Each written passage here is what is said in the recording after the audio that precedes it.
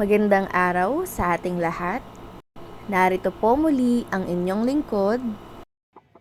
Halina't samahan niyo po ako at pag-usapan natin sa video ito ang ating inahin na Back to Father. Pero bago po yun, shoutout nga po pala sa ating mga viewers, sa mga nagla-like at share ng ating mga videos at lalong-lalo na sa ating mga subscribers. Maraming salamat po. At heto na nga po, based naman sa ating title, ang pag-uusapan natin ay ang paglimlim ng ating inahing manok. So, bali po dito, ito po yung first time na bumaba po yung ating inahing manok simula po nang siya'y maglimlim. So, ayan po yung itlog niya, 9 na piraso lang po. At yun lang po yung kaya niyang alagaan.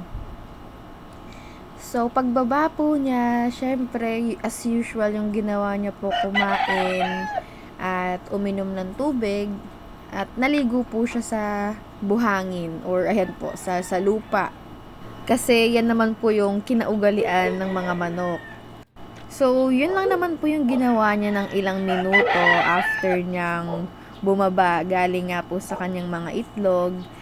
Tapos, bumalik din po siya kaagad dun sa kanyang mga pinalilimliman or kumbaga dyan sa pugad niya.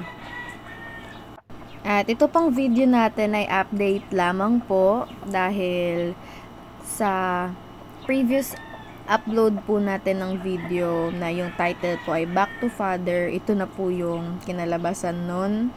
So, maaga-update na lang po ulit kami sa next upload. So, ayun lang po. If ever na may question po kayo, huwag kayong mahihiyang mag-comment dyan sa ibaba.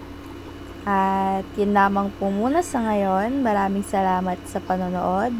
Maraming salamat sa ating mga viewers, sa mga nagla-like at share ng ating mga videos, at lalong-lalo na sa ating mga subscribers. Shoutout po sa inyong lahat.